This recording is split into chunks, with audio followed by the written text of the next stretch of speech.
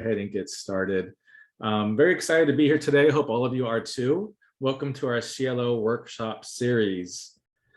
Now, before we begin, I want to do a quick introduction as to who we are, what we do at CIELO before we start moving into our workshop today. So CIELO, for those of you who have not heard of us, we are a nonprofit. We stand for the Community for Innovation, Entrepreneurship, Leadership, and Opportunities. We've been around since 2015, but we've been helping clients since 2012. We're a nonprofit helping aspiring entrepreneurs become business owners. We help you build and develop the entrepreneurial mindset needed to help you achieve success. We provide the resources and the guidance, and you provide the hard work and the passion. Being that we are a nonprofit, we do not charge for our services. Our services are available at no cost to our clients. And in terms of the services that we do provide, we do have a small business development training program that we offer. We also have monthly workshops just like this, where we have different subject matters that we talk about, all related to entrepreneurship, all related to starting a business or even business development for those of you who are currently in business. We offer one-on-one small business coaching. So if you're looking for some additional advice or mentorship, we do offer that here at CIELO as well. For all of our CIELO clients, we do have a microgrant program that does help to go towards startup funds if you're looking to start up a business. For all of our clients that go through our program, you may qualify for a microgrant to help with those startup funds. And along with that, we're big in offering or getting you connected with the different small business resources and services needed to help you achieve success. Now, I want to make you all aware of some upcoming events that we have. Our next startup program, small business startup program, is starting April 26th at 4 p.m. Take a journey on the entrepreneur roadmap to business launch. This is a 6-week training program for entrepreneurs and startups. We start off with 3 weeks of live classroom training on Zoom, and then we do 3 weeks of one-on-one business coaching with each individual attendee. Some of the topics include how to pick a business name, advertising on social media, introduction to business financial, and much, much more. So if you're interested, feel free to reach out to us, and you can email us at info@cielocommunity.org. And you can visit our website too at www.cielocommunity.org. So that's us, that's CIELO. And now I'd like to pass it on to our partner, Jocelyn with Small Business Majority. Thank you, Alex. Hi, everyone. How are you today? I'm going to just share my screen real quick, Alex.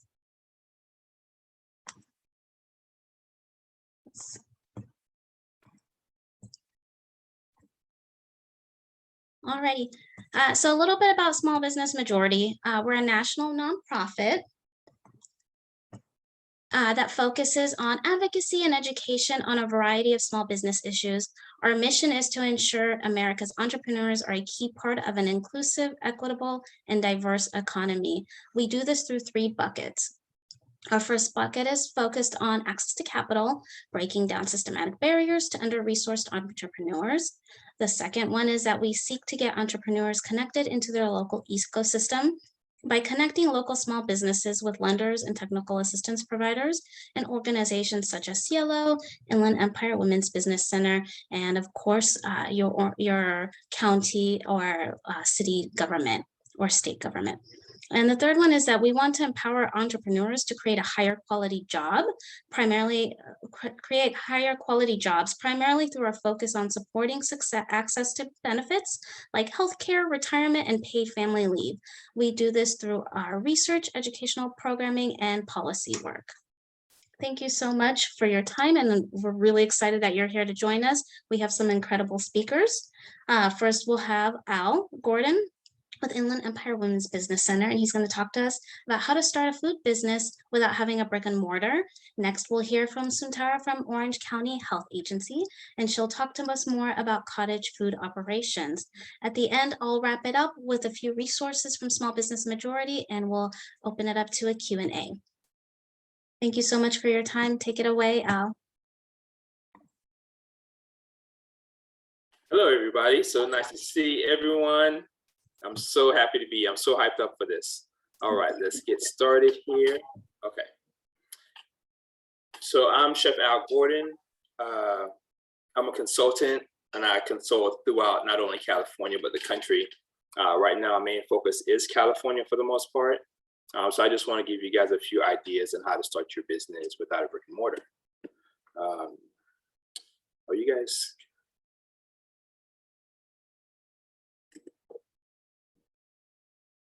Let's see.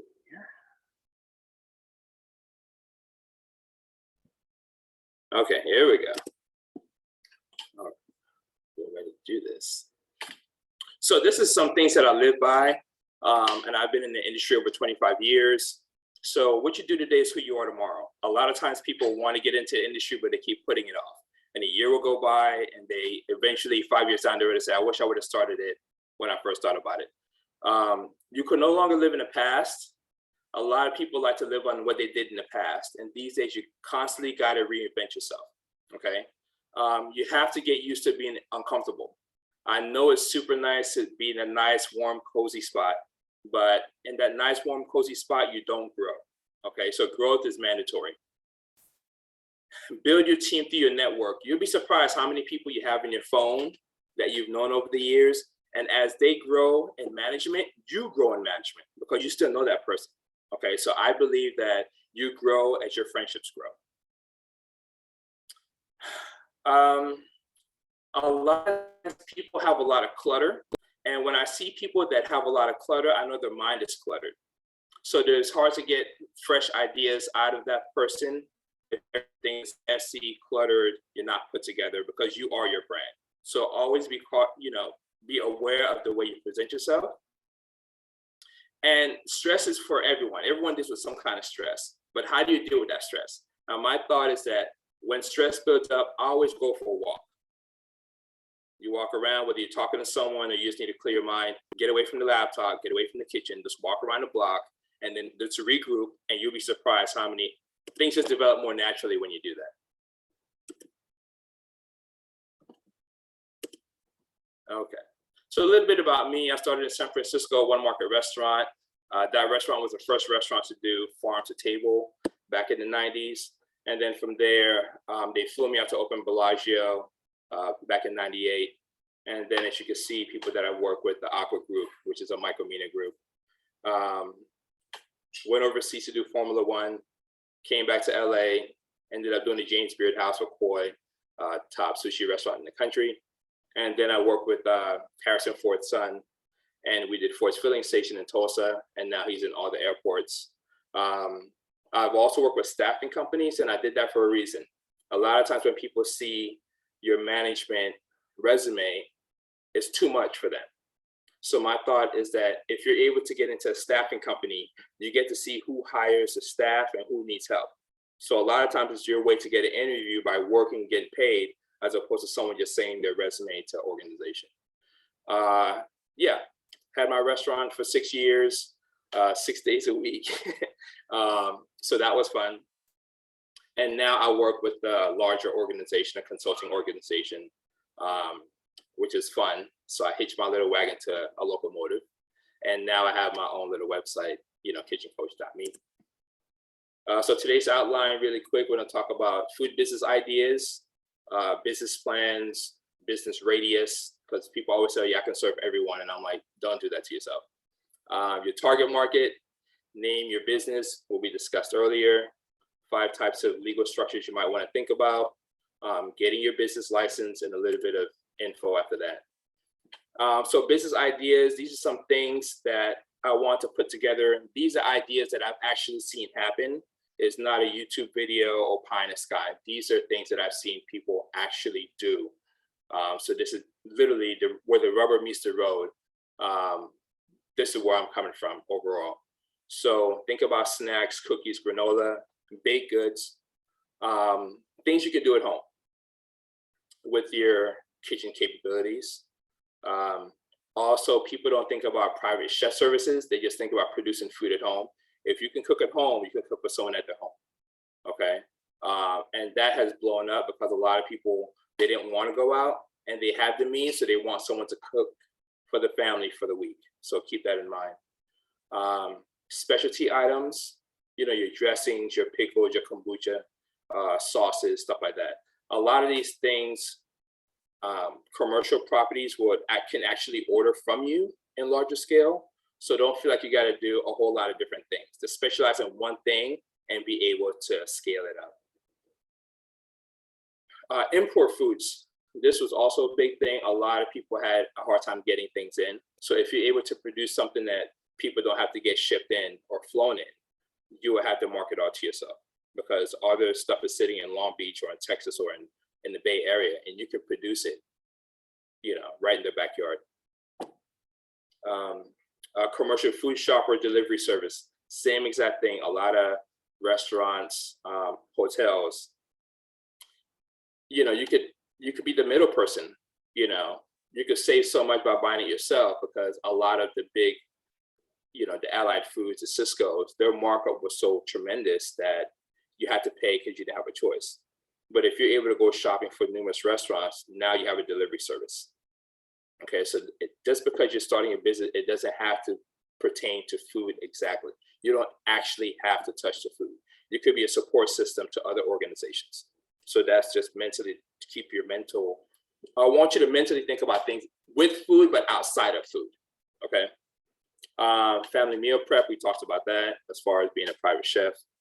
And fitness meal prep, which was huge, because people still need to work out, but they want specialty diets. So they want their protein intake higher, and they want to actually deliver it directly to the gym. So a lot of people that I know, they are personal trainers, and they have special coolers at the gym.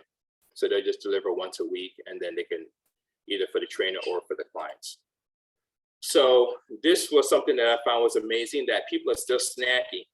And these are all the top snacks that I came across. So as you can see, as much as I love chips, I didn't think everyone loved chips like me. So you're looking at 1.6 billion in sales just on chips alone. So as you work your way down, you see tortilla chips, salty snacks, cheesy snacks, snack nuts, crackers, corn snacks. These are all just snacks. These are all things you can fry, you can dehydrate in volume, seal it in a bag, put your sticker on it, or even go private label. Keep that in mind. Baked goods. Most of the people that I deal with baked goods. The challenge with baked goods is just because someone says you make a really good cookie doesn't mean you can mass produce it. Okay, so when you do your baked goods, you also got to look at shelf life. So I always tell people, go ahead and bake what you're gonna bake. Bake it on Sunday, leave it out all week, and see how long it sits on the counter. So one's covered, one's open, and one's over a dome, because you want to see the shelf life of how it breaks down. Okay, and that's with everything here. And then of course pizza. This is a special something in my heart, because I work with a chef who is part of Urban Pie. Now he has a brick and mortar, 3 years later. But pizza was huge, because pizza is something that you can still do at home. You can produce it and freeze it. So instead of just thinking of just making a pizza and trying to deliver it, you're gonna waste your time. I'd rather someone make a pizza, make 3 different types, and you can just make them all and freeze them. That way when people order from you, the product's already frozen, you're not spinning your wheels trying to make a whole lot of 12 different things. Just make your 3 or 4 things, freeze it, and it has an amazing shelf life because it's frozen. We know how to bake pizza. Don't worry about baking it for us. Everyone knows how to bake pizza. So these are all the sales that I came across. And as you notice, 2015, it was 4.4 billion. And as you get to 2021, it went to 6 billion. So everyone was ordering pizza to some degree. If it wasn't delivery, they were getting frozen and making it at home. So I just wanted you guys to see the scale as far as how fast it grew in the billions, okay? Mobile Donuts in LA, the donut girl. And when people have events, they just call her up. She showed up with her fryer and her donuts and a one-man crew. And all she does is throw the dough in the fryer, taste it out, put her different sprinkles on it. And it got to a point where she was turning down events because everyone wanted that specialty person, right? So think about a mobile business, meaning you can still do food, but it's mobile. So her her thing was super easy. I mean, she did parties, special events, and then it almost got to the point where people were calling her for late night events. So when people were having it in Hollywood or wherever, after the meal for dessert, she would roll up and she would do donuts for dessert. So there's so many different ways you can do a mobile event. You can stay your lunchtime, dinner-ish, or you can go when the sun goes down. So there's so many facets of an independent contractor you can do. Family meal prep, huge thing, because people don't want to leave their homes. They're super well established, usually 70,000 ballpark up to 100K plus. And technically they don't want someone, they don't private chef, they just want meals delivered. So even when I do events in the hills, I'll go in there and the refrigerator will be filled with food and I have everyone's name on it. You know, mom, dad, the little boy, the little girl, and all coordinated. So it takes the pressure off the family. What am I going to cook today? And also, what is my husband going to take for lunch? What am I going to have for lunch? So you don't have a chef in there every day, but you just get it delivered, and it's one less thing you got to worry about. So as you see here, you know, you can make it whole. Maybe you only deliver on Monday and Wednesday. Minimum, I tell people at least serve 4 people. If you're serving 2 people, it might be a waste of time and gas, but I think once you get to 4 people and up, it's worth making some money on it. And desserts. If you don't do desserts, you can subcontract it out to maybe another chef friend of yours that only do desserts, because most families would like something sweet to have either late at night or after their dinner. And you send out your menu on Thursday, they place their order, yes, no, edits. On Friday, you go shopping on the weekend and you deliver on Monday. That's it, and you're off for the rest of the week. So it's a really cool way to make some good money. And we talked about trainers again. A lot of trainers were looking for private chefs to make these meals, and what they would do, they'll offer you a percentage as a private label. So it's still free. They'll tell you what their client needs, and then they'll just make their sticker, you know, so training with blah, blah, blah, and it just sticker goes on top of the container. Okay, so it doesn't mean your business has to be there. You could be behind the scenes and still get paid regardless. So as the trainer grows, you grow, can order more, okay? And there's always a challenge when you're working out. There's always your diet, always, always, always. So as you can see here, you can cook in bulk. You're not making specialty meals. Most of the time is, you know, skinless chicken breast, you know, black beans, what have you. They'll tell you exactly what they want. So you just cook in bulk and just deliver it to them. They're going to ask for up the protein count, so usually double protein. The grains is what we talked about, you know, your quinoa, and your brown rice, stuff like that, your barley, stuff like that. Also, just don't think about the trainers. You know, think about your private studios that where you live, your Pilates studio. You know, people that can afford Pilates have a nice disposable income, okay? Your specialty gyms, your boxing gyms, stuff like that. And you know, you drop off 1 week worth of meals, and that's only one client. So you could easily make a few $100s a week. And they all get the same thing, just stickers. Okay, so really quick, we're gonna look over this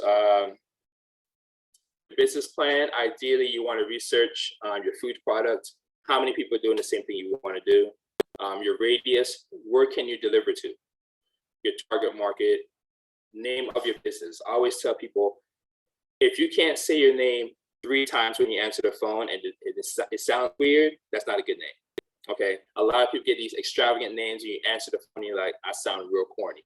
So if you can't say the name 3 times when you answer the phone, you might want to switch your name up. Something super simple. The company, the entity set up, your business license, sales tax certificate, these are all things that they all kind of go hand in hand. So depending on where you live, sometimes you go into the office, you can knock out 2 or 3 of them in one shot. Your cottage and commercial license, food business insurance, and then the secret sauce is always your website and your IG, your Facebook interaction with your customers, your pricing, and your bundles. What can you bundle together? Who else can you work with? All the left-hand side is things you need to get in business. The one on the column on the secret sauce side is thing that's going to separate you from everyone else. Research your food products, super, super important. I can't emphasize that enough. A lot of people try to take shortcuts and you realize that in LA, I could technically open a hamburger location a block away from McDonald's. Okay. In different counties, it's different. They'll say it's a non-compete clause. So they need a 3-mile radius, a 5-mile radius, whatever it may be. So always do your homework on that for sure. Market saturation, sourcing ingredients. People try to get something that, you know, charcoal this or truffle this, something crazy, and then you can't find it. So I appreciate you being creative, but don't get so creative that you can't find your product if you have to do, you know, 600 to 700 units. Okay. And is it scalable? Someone approached me, they want to do granola. Trader Joe's came to them and say, we need a pallet for 1 store, but we need 3 pallets because I'll buy for 3 stores. And I said, do you have a recipe? He said, no. I said, well, there's nothing to talk about. So even if you had a recipe, at least we can source it out to start getting the equipment to do in bulk. But he was going off taste and visual. So once you go that route, there's nothing else you can do. So always be ready for the unthinkable. You never know who you're talking to. Shelf life, we talked about that already, and food safety concerns, making sure if it needs to be cold, it stays cold. If it needs to be frozen, it stays frozen, et cetera, et cetera. Business radius, we talked about that. I always tell people 10 to 15 miles tops. If you're going to deliver something, or maybe stay within your zip code, depending how big your zip code is. Transportation route. Can you go a certain route and drop off food at certain times of the day? Delivery times, most people like to go before lunch. And then packaging. Your packaging has to look nice. That is your brand, okay? Your target market. People say, oh yeah, everyone's my target market. And I'm like, no, not everyone. I mean, you do the specialty coffee. Junior high school students are not gonna be drinking that stuff, whatever it may be. So really pick your target market. If someone's not ordering from you at least twice a week, you don't have a market. So just think about that. So, I mean, you start off small, but if you have repeat business, you might be onto something, okay? Your demographics, your age group, your gender, salary range, which I think is huge because of disposable income, industry needs, and the B2B. Sometimes you're not selling to regular customers. Sometimes you're selling to a business. Maybe that's your sweet spot because they can outsource to you. Now, I want you guys to look at this photo. When naming your business, I noticed that when people sit in their kitchen or in their home, the ideas don't flow the same. When I have meetings in restaurants or cafe outside, the juices just start flowing. It's almost like a waterfall because they're in the environment. They're in the cafe. They hear the register, people eating, people ordering food, the servers are there. So they get submerged into the element. And then the ideas are, what about this and what about that? You can give the examples while you're there having the meeting. So everyone wants to know a story about your business. Why are you starting this business? What's the story behind it? You brainstorm your names we talked about. Hit the thesaurus. You'll be surprised what you find in thesaurus for sure. We talked about answering the phone 3 times. And then these are resources that you can look up your name, your GoDaddy, your name, your name snag, WordDroid, NameEsh. I mean, multiple things, but I always stick with GoDaddy because that's kind of like an overall thing. But definitely look up the name because you might think you're spelling it different and you'd be surprised someone already spelled it different. So as far as setting it up, talk to your tax person, CPA. The SBA has a lot of resources. I'm sure Alex has resources for this also with his organization, or you can reach out to the IE as far as setting up your legal structure. For me, I like to sleep at night. Unless you're selling cotton balls, I would have a legal structure for me. So you're looking at sole partnership, which is just you. Partnership, which is ideally 2 people or more. Your corporation, your S Corp, and your LLC. So definitely reach out to our resources and see which one best suits you. So the better idea you have of your business is where we can guide you as far as what makes sense for your business setup. Business license, you got to check with your city hall. That is your sweet spot. You should go down there at least once a week, talk to them, get to meet them. They're super friendly people most of the time, but present well, and you'd be surprised how many doors they would open for you. You can go online. I recommend you go in person. You can go on a Monday and get things done by Wednesday. You go online and wait 21 days. I'd rather go in person, because usually that person at City Hall will say, you know, go upstairs and talk to so-and-so or call so-and-so, and you'll get it done so much faster. If you want to go online, if you have time to wait, go for it, but I always recommend that you go in person. So you're looking at the home occupational permit if you're going to produce things out of your home, and then planning and zone department, because they need to make sure that what you're going to be producing, it's okay in that area, because it could only be for housing or, you know, septic tank issues or whatever. So you always got to go to planning and building and zoning. So you can't do anything in California without a seller's permit. That's just law. That's just what it is. Usually there's no cost, but they might ask for deposit. As we talked about, the turnaround time is 14 to 30 days. I always tell people, go in person. Always go in person, because you want to start building relationships, as we talked about before. Sales tax will be collected and paid quarterly or yearly, depending on your business setup. And you would need to display your health permit and your business license. So that whether you're at home or not, you need to have that on file. Anytime I consult with a restaurant, the first thing I say is, where's your seller's permit, business license, and your letter grade? And what I do is I put, of course, the letter grade would be in the window, but I put everything in a folder so that whoever comes in from the city, they get a health inspection. All they do is hand them the folder. That's it. I've been in places where they get an inspection, the manager don't know where it is. He needs to call the owner. The owners are trying to call the manager. Save all that. Put everything in a binder, label what it is. When you get an inspection, just hand them the booklet, you know, a 3-ring binder and sleeves, and you're ready to go. It'll save you such a peace of mind. And if you're not there, your staff knows what book to give them, you know. Okay, so the Homemade Food Operations Act, this is fairly new.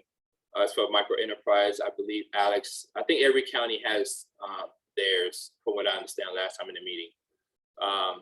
Food prep and production area will be inspected. So you should just naturally work clean. I just tell people, if you work clean, you have nothing to worry about. You know, you register with the county, location, the document where you're going to be producing food out of. The serve safe is just, everyone has to have a serve safe, either a basic food serve safe or a manager's serve safe. The manager, I think, is 3 years. I think everyone else is, I think, 2 years, something like that. But I think the manager is like 3 years. With this also, you know, if you're cooking at home, a family member must deliver the food to the customer. You can't have a third party to deliver food. So if I cook the food, either my girlfriend, wife, son, a family member has to deliver the food. So no deliver food app. And the sales cap is $50,000 a year. Once you get over 50,000 in sales a year, then you fall into a different bracket. And that's just for the Homemade Food Operations Act. I think it just started a few years ago. Food business insurance. I didn't know this. I thought, I've always gone with Next, but I didn't know that your car insurance company could be your food business coverage provider. And I was like, man, I could have just called my car insurance company, got it covered. So they cover everything on the left-hand side. Everything, you know, your food trailers, your farmer's market, you're gonna have to have some type of insurance. So definitely check with your car insurance company first and see if they can cover you. Most likely they have a department that does food. If not, this is just a list of items that organizations that I work with. I only deal with Next because they've been around and they're super easy. But you're more than welcome to check with your car insurance provider. Your website, social media. These are just things I just put down just for you guys to think about in your spare time. You know, how will you market to your customers? How you communicate with them? A lot of business owners don't want to deal with this because they're busy trying to keep their business open. Okay. But if you're going to have a food-based business, you will have time to do this. Once you get into your brick and mortar, it's a whole different kind of worms. So I think now, before you get to brick and mortar, get this together first.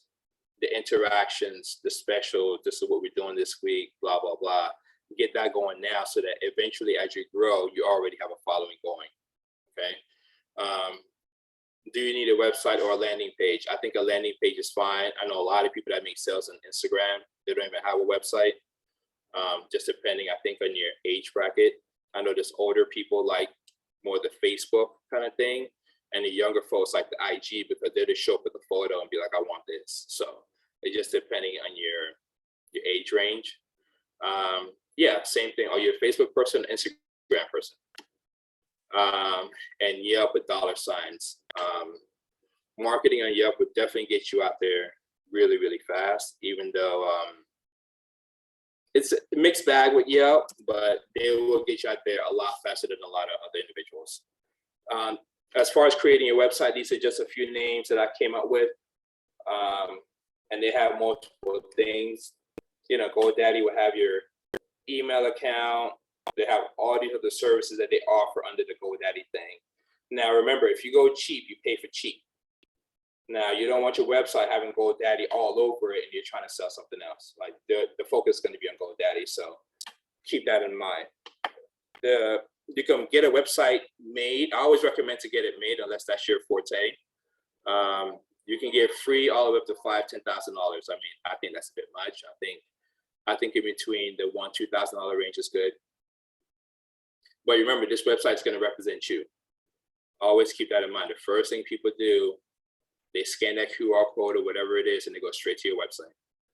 And your monthly upkeep fee is either free, but free, you're going to have the logo of the organization flowing through it. But it ranges from $15 to $100. I pay $100 for mine, which I have a nice peace of mind. I know the guy who does it, I could change things tomorrow, and that's just a peace of mind for me because I want to be constantly changing the photos. I don't want a photo that's 3, 4, 5 years old. Like, yeah, but that's just me though. Social media, people don't know what social media really is, and I just highlighted the main things I want you to take from this. It's your ideas, your thoughts, and information. That's it. That is it. When it's all said and done, you want to let your customers or potential customers know your ideas of your organization, what you're selling. Okay, your ideas, your thoughts, how you're going to execute it, and the information. Where can you get it? How much does it cost? That's it. Don't overdo it. And then if you want to get into videos, so be it. But most business owners rarely have time to do videos. Rarely. Everyone's going for that like button. So hang in there, but it's not a big thing. It's not a make or break. I just had to put it up there. IG customers, as I said before, they want those photos. And your Facebook customers we talked about is the age group that I put here, the 25 to 34. And these are just a few things that they're looking for on the social media game. Yelp is a third party. They will market your business. So just FYI, once you get on Yelp, all your T's should be crossed, all your I's should be dotted, because they will really get you out there really, really fast. And that's but if you pay to be a member, it 3X's that. I know someone that has to shut off his tablets because his tablets wouldn't stop ringing. So keep that in mind. And that's that for me. Thank you so much, guys. I appreciate it. I hope I didn't go too long with everyone. Thank you so much, Alfonso. And Santara, when you're ready, take it away. Thank you so much for joining us today. Okay, let me try sharing I have 3 screens, so bear with me. Let me see, we got the right one. Oh my gosh.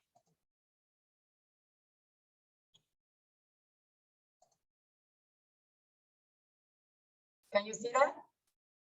Yes, we can. Thank you. Okay, is that the, Yep. Make sure that's, okay, let me get out of here. And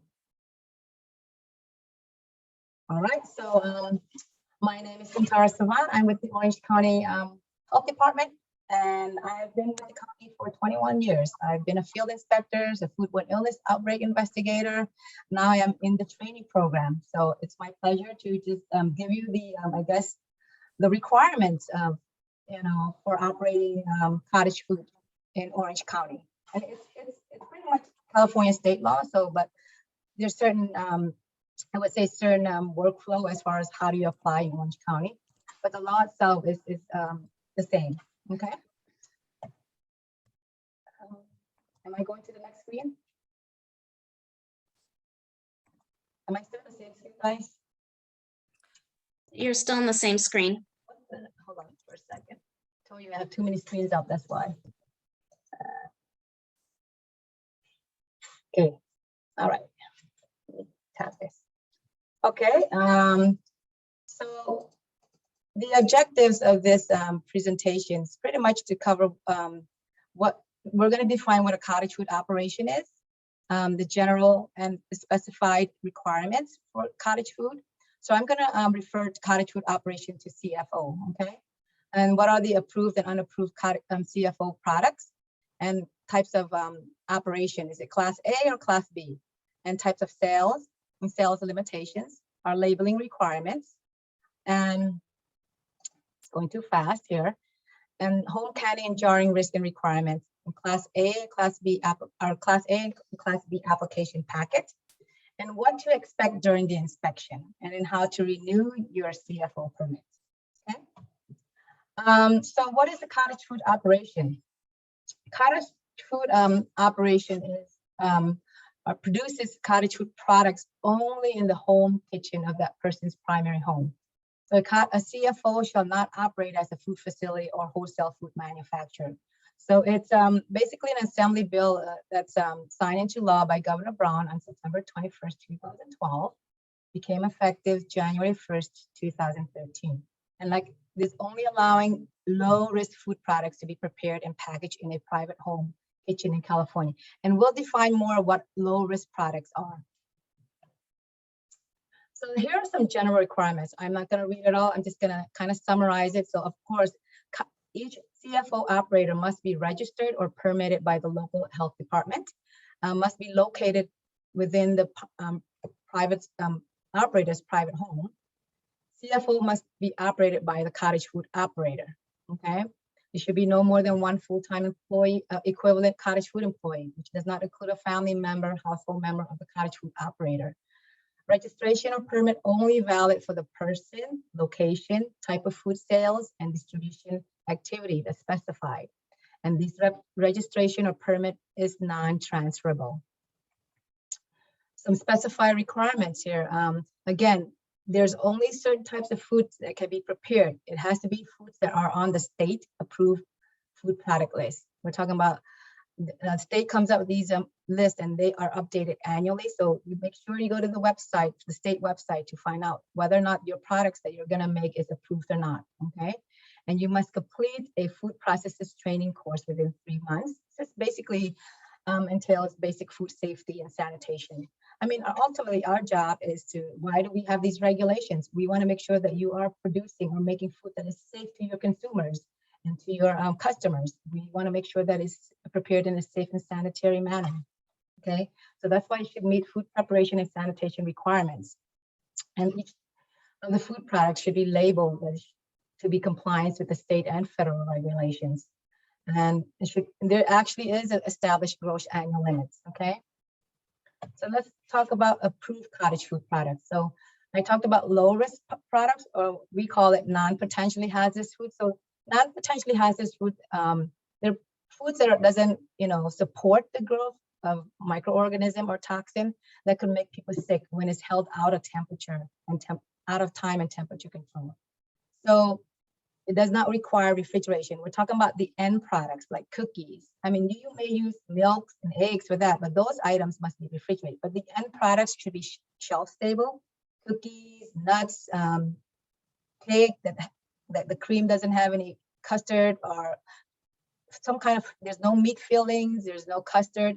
So those are the only products that are allowed by CFO. And like I said, you can go to our state website to verify, to determine whether or not the products that you would like to make is on the approved list. Okay, here's the state list here. I know it's a little bit small, but it's approved cottage food list, and you can see there baked goods, candy and confections, extracts, dried, dehydrated and refreeze dry foods, frostings, and frosting should not have any anything like cream based or anything like that. Okay, so those are the lists, and you can go there, and they're the one that manage the list, and they get updated annually by the state.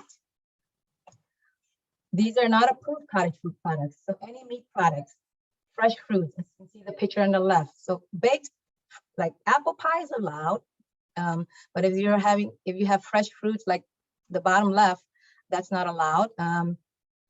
Buttercream frosting with eggs or dairy, such as cream and cream cheese, pickles, barbecue sauce, jam, jellies, or preserves with peppers. Jam jellies alone are approved, but if it's with peppers, they're not allowed, okay?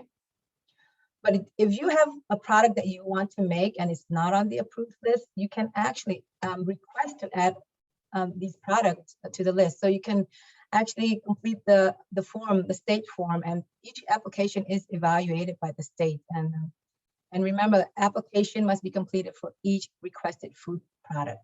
And here's the state website. If you want to write that down, you can visit the state website for the approved cottage food products, and also if you're interested in adding a food product to the list, and they will evaluate it and they will determine whether or not it's approved.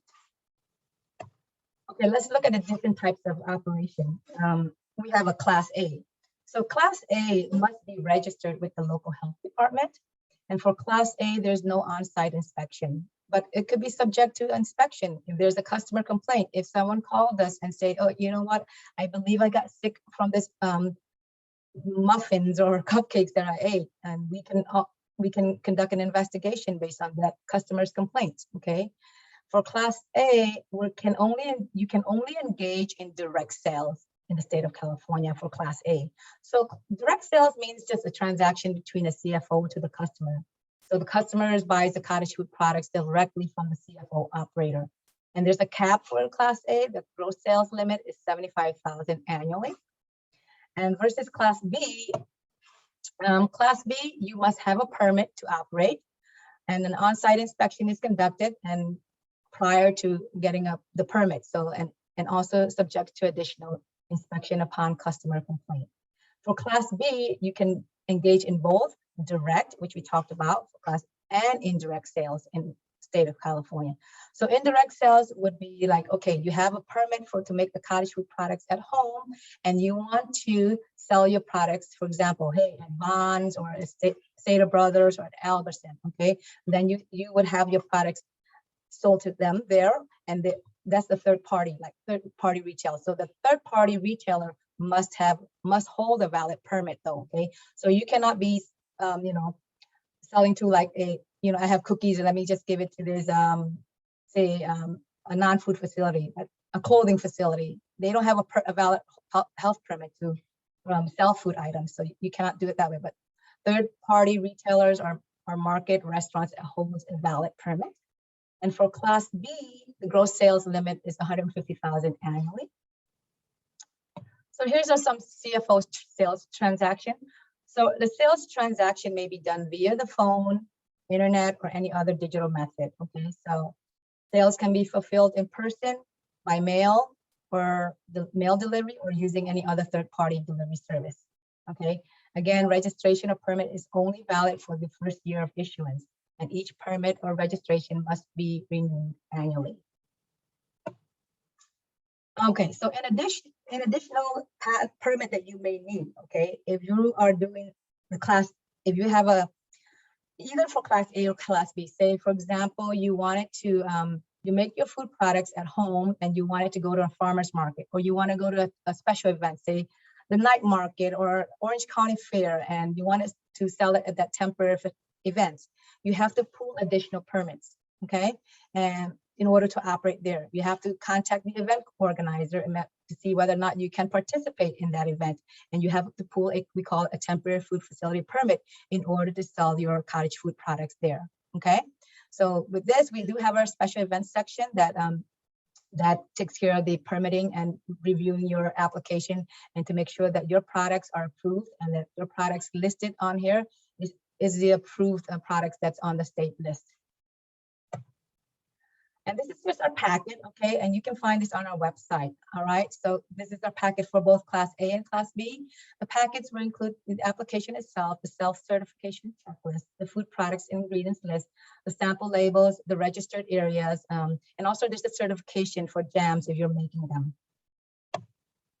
Okay, so this is one of the item that's confused when people fill out this application about the type of your water source. So are you on a private water source? A well is a type of private water source. So paying a water district is not. So if you look at your water bill, if there's a water district, then you're not on a private water source. So you can check public for that part, okay? This is a self-certification checklist, and it just outlines the requirements of what each CFO owner must conform to in order to provide safe food to the public, okay? So it's just a self-certification checklist. And pretty much just saying, you know, no domestic activities such as cooking, dishwashing, and all that during your cottage food operation.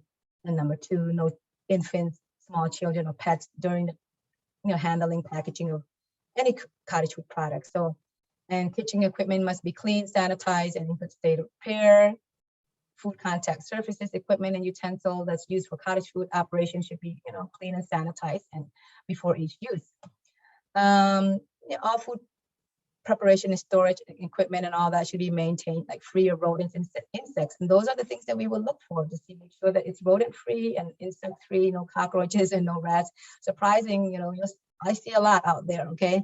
So that's very important. And we only inspect the areas that are permitted, okay? Your kitchen, your, if there's a designated room that's for storage of the equipment, that's the only areas we inspect. We will not inspect other areas that's part of your dwelling if it's not on the registered area. So, and also no smoking. Of course, if you're sick, you shouldn't be working, you know, in preparing those cottage food products, okay? Any person that's preparing the food should be practicing proper hand washing. I mean, hand washing is the main thing, you know, that's the #1 cause of foodborne illness is just, you know, personal hygiene. And just to continue that, the checklist, and the products should be labeled properly, and then the water use should be potable drinking standards. And I said 11 was just access to the registered or permitted area for inspection purpose. And if you're advertising to the public, to include an internet website, social media platform, newsletter, paper, or other public announcement, the following information should be included: the county of approval, the permit registration number, and a statement that the food is made in a home kitchen or repackaged in a home, okay? And this is just our attachment 3, which is entails the food products and ingredients list. Just that, and then labeling requirements. And here are the labeling requirements. It has to state made in a home kitchen or repackaged in a home kitchen in 12-point type. The common name of the food product, name of the cottage food operation, and address where the food product is produced, registration or permit number, which is given by us once it's approved. Ingredients list, which in descending order, predominance by weight, if the food contains 2 or more ingredients. So of course, most of these like cookies and stuff contain more than just like flour, right? So, and then the county of orange, and net quantity of contents measured by net weight, net count, or net volume. And also there should be some allergen declaration, okay? Allergen is something that's very, you know, I mean, health could be a big health issues for those that eat certain products that contain those 8 allergens that we're going to talk about in the next few slides. Here, cross-contamination issues. So making sure that, you know, that they're properly labeled to ensure that we don't cause any reaction. And the allergens could be milk, eggs, peanuts, tree nuts, soy, wheat, fish, and shellfish. Okay, so there, and you should also attach to this application packet your sample label. Here's an example of our sample label. Okay, so you need to provide a sample label for each type of food product. Okay, so if you have chocolate chip cookies and you're also making red velvet cupcakes, and then if there's frosting that goes with the cupcakes, you need ingredients for that. So it's just breaking it down for each item. Okay, so it's not one for all. So you have to provide a sample for each type of cottage food product.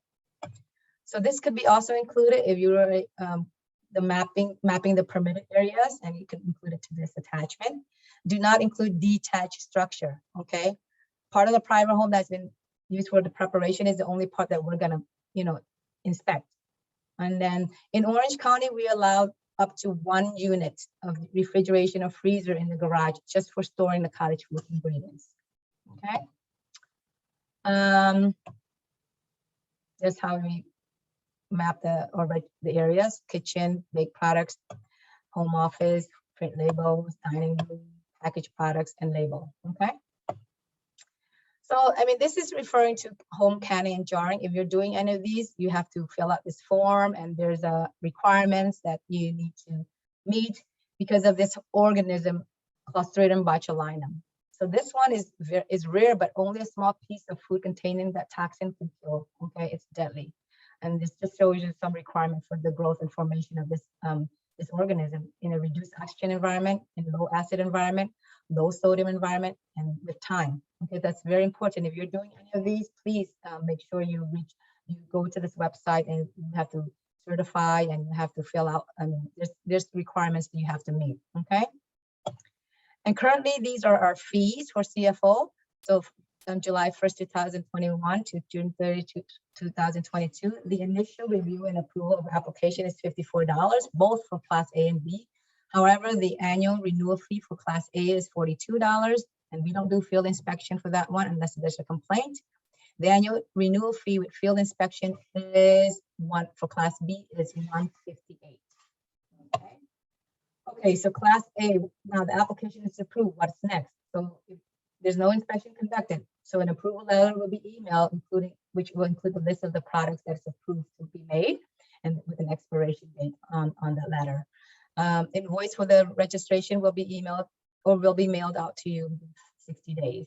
Class B, there will be an inspection at the home. Okay, and checklist will be reviewed during inspection for just demonstration of food safety knowledge. And upon passing the inspection, an approval letter will be mailed, and that will include the approved cottage food products and the permit expiration date. And again, the invoice will be mailed within 60 days. Here's just what we look for during the inspection. Again, general cleanliness, sanitation, cold holding temperature of raw ingredients, which, eggs, milks, hot water, make sure it reaches 120 degrees, and you may need to adjust your water heat sometime.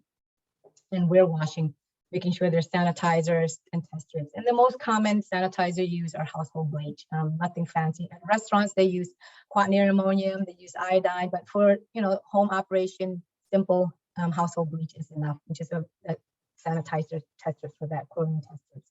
And make sure that you have a food thermometer, okay? And the ability to keep pets and children out of the kitchen, ensure there's no signs of insects or rodents, make sure the registered and permitted areas are inspected, and verify that the foods on the approval letter are the foods that are being made, and verify that the labels are printed and containing the required elements. So if you are to renew your annual permit, you have to complete a renewal form, submit payment prior to the due date, and attach the invoice. So this is just a workflow. It may change, but like I said, you go to our website, it will have all the information as far as what you need to do. I mean, if you do not have if you have not received a renewal invoice, contact our office and for registration of permit expiration prior to your registration and permit expiration. Okay. Again, we have to reiterate this because I've come across a lot where people would move and they don't let us know, and then the fee would go to the old address and it gets like overdue, or they think that the permit is transferred to the new home. That's not. You will need to reapply in that case and submit payment for processing and review again. So the permit or registration is not transferable. And these are the additional information. So you can reach our, you can email EH Cottage Food.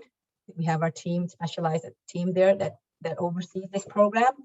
And here's our website, www.ocfoodinfo.com. If you have questions on, the whole application process. And for additional permits, if you're gonna go and sell your items at a farmer's market, at a special events, we have our special events section that can help you with that as well. And the website you can go to for the state website, okay? That's all I have. Thank you. Thank you so much, Santara. That was great. So I'm just going to wrap it up and then we'll jump into the Q&A. Do you guys see my screen? I don't see it from here.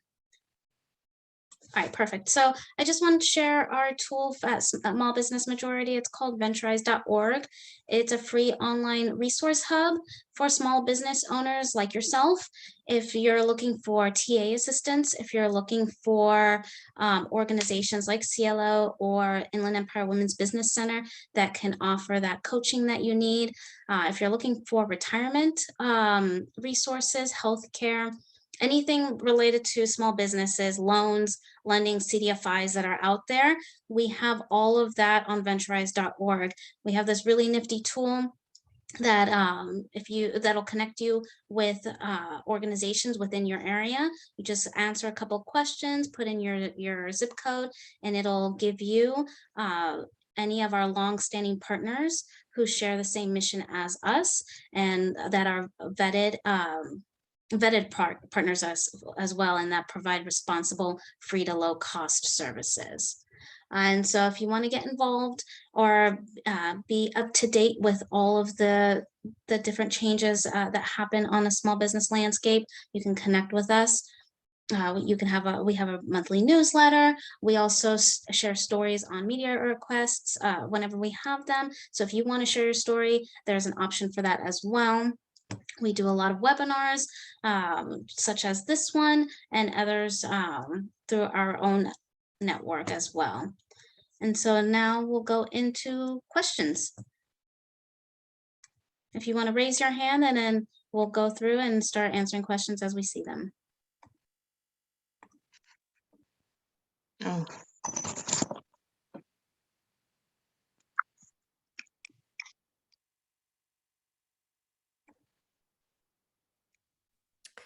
Let's do Jason since I saw his hand, and then Joy, okay? So my question is for environmental health. You know, the guy that spoke, the chef that spoke before you was talking about doing meal prep. My question is, when will Orange County permit individuals to do meal prepping at home as a service? I think a lot of the counties so far have permitted it, and I think Orange County may be one of the only ones that hasn't done that yet. And so I'm a part of a group that's kind of rallying for that. So I'm just wondering what the holdup is, or what that process may look like. I'm not sure. Oh, go ahead. I'm sorry. Go ahead. Do you want me to answer that on our end? At this time, I have no idea when, you know, I know that was you're talking about the micro, was it micro enterprise, right? Yes. At this time, Orange County has not adapted that yet. So I have no idea. That's what our Board of Supervisors stands at right now. All I wanted to add to you is that I would check with surrounding counties for commercial rental kitchens, and I would base it out of that. So I would say, okay, let's say this county doesn't do it, but you'd be surprised the next county would. I would see if I could get a rental kitchen and work out of there, because you still want to do what you want to do, right? So just go the right way. Yeah, and we also in Orange County, there are shared kitchen facilities as well. So you can go that route. So you can, there's some, we call it shared food kitchen. There's some business would go into a restaurant and they say they'll rent their, like, you know, the kitchen that, like, for example, a Korean restaurant, and they go in there certain hours to operate. So that's you can go that route as well, because they're permitted by us. But yeah, but at this time, the only home base allowed is the cottage food products. Right. I mean, I understand that, but I mean, so like I'm already permitted to do cookies at my house. But for me to do cookies at my house and then to go get a rental kitchen to do meal prep, it's kind of, I mean, that's funding that's not available. So why not just, I mean, you know what I mean? Like, why would I want to do cookies at home and then do a whole separate operation for meal prep, or just wait until Orange County says, okay, it's probably going to happen one way or another? You should absolutely, Chef Jason, reach out to your county supervisor in your area and let them know. That's how San Diego County just voted on MECO, because the constituents were sharing, and they were being inundated by constituents sharing that need for MECO. And so I would start reaching out to your Board of Supervisors and see where they're at with voting on that. And also check with your local city government, because city government is allowed to adopt a MECO within their city. Okay. Thank you so much, Chef Jason. Is there anybody else? It was actually a question in the chat from earlier. So one of the attendees asked, can I get 2 permits for LA and OC for the same business? You know, I'm not sure. I'm not sure. That's definitely a city phone call or visit for sure, because things are changing so fast. Yeah, I mean, you know, when the pandemic hit, it's funny, I was working on some projects in San Diego, and North San Diego County, San Diego's like, we need to get you guys to stay open. Take over the sidewalk, take over the street, whatever. As soon as I came into LA County, you can't do anything, you're done. So that's why I said, always check with your county and see who's doing what. But I think they should be able to help you. It shouldn't be a problem.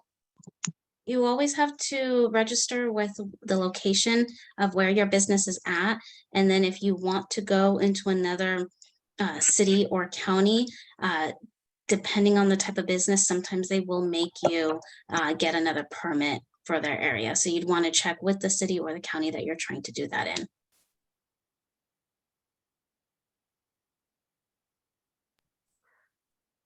Okay, let's have Joy come in, please. Thank you. Hi.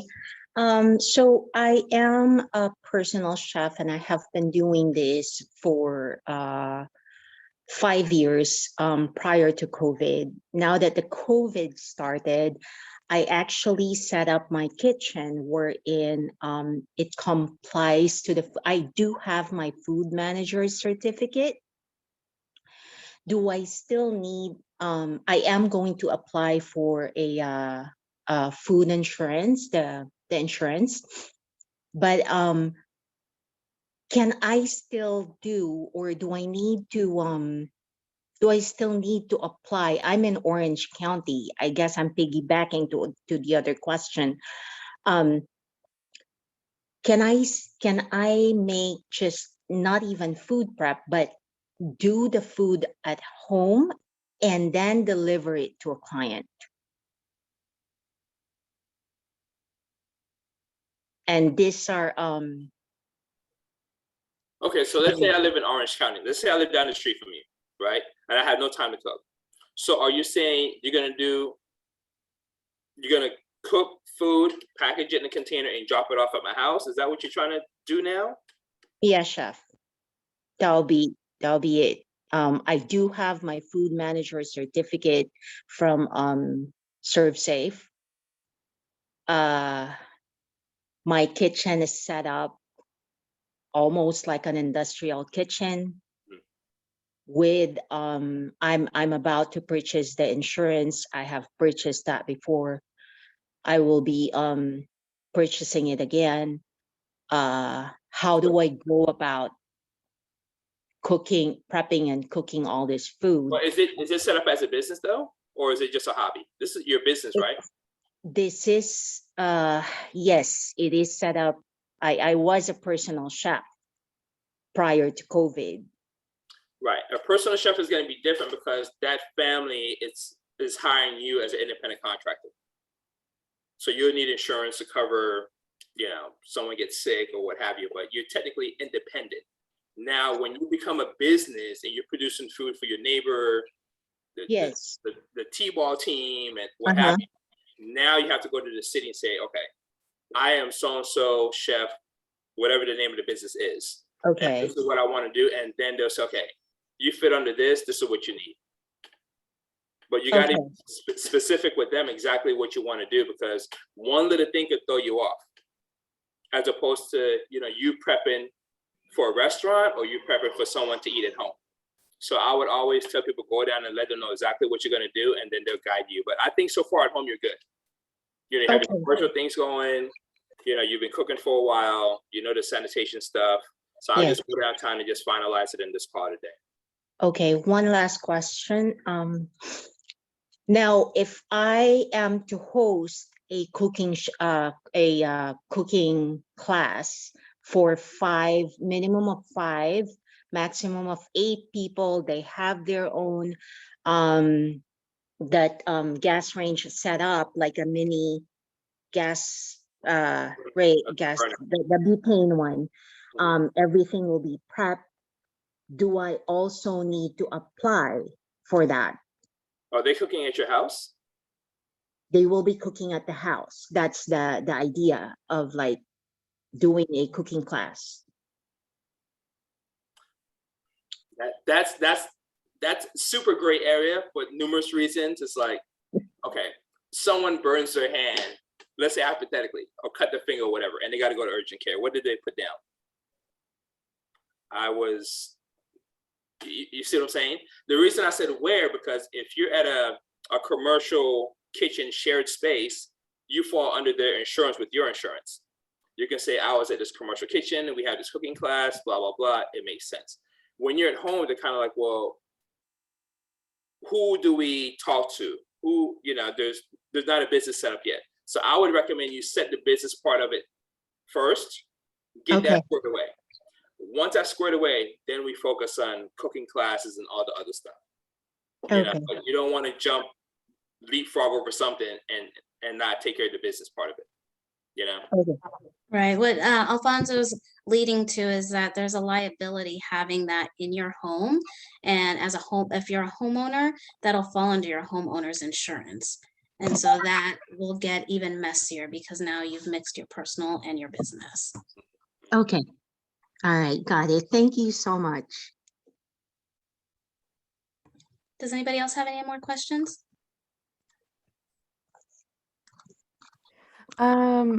Yes, I think there's a question. Where can I find information on packaging requirements for cookies baked in my home?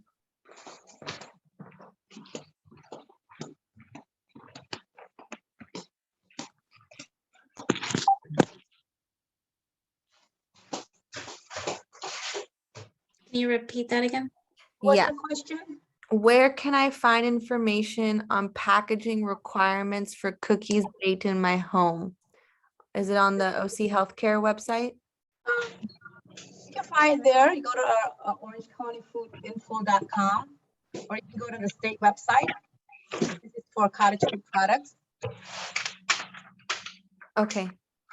Thank you. Thank you, Santara. You're welcome. Gabby, do we have any other questions in the chat? Yeah, I think there was also one that said, I have to use a commercial kitchen to make dog treats because it doesn't fall under Food Cottage.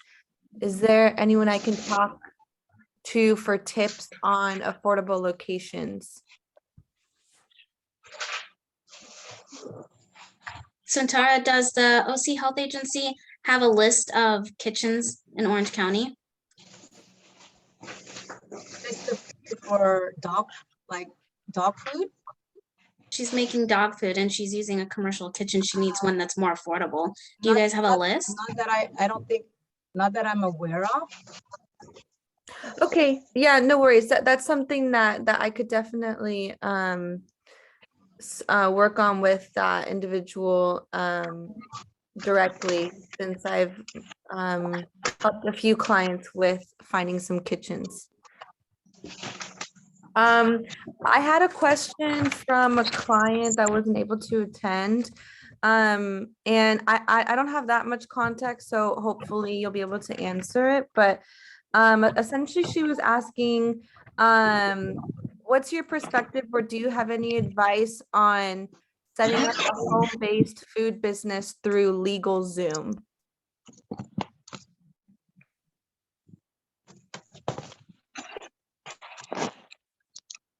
Sorry, Gary, can you repeat that one more time? Yeah. Do you have any advice or guidance or perspective on setting up a home-based food business through LegalZoom? I don't have any. So with LegalZoom, that's a cost. So if you have the funds available, go for it. LegalZoom, when you set it up with them, they also do reminders for any updates that you have to do. And so if that's easier for you and you have the funds to cover it, then you should go for it. But there are always free services, like at the Inland Empire Women's Business Center, the SBDC, they have free services to help you navigate that. Okay, Thank you. Well, guys, we're 14 minutes over our time. Are there any last questions?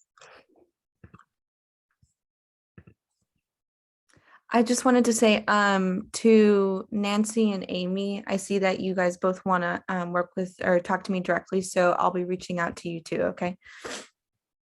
All right, thank you. Alex is going to share the PowerPoint with everybody after this meeting ends, and then I'll leave it to Alex for closing out the webinar today. Yes, thank you everybody for attending, and thank you to Santara and Al and Jocelyn for being a part of this. So hope you all got a lot of information out of this as well, and be on the lookout for all of you who registered for this webinar. We'll get a copy of the PowerPoint deck and also a copy of the recording. So thank you all, and pleasure to have all of you here too for all our presenters. Have a great day. Thank you. Bye. Bye, guys. Thanks, everyone. That was great.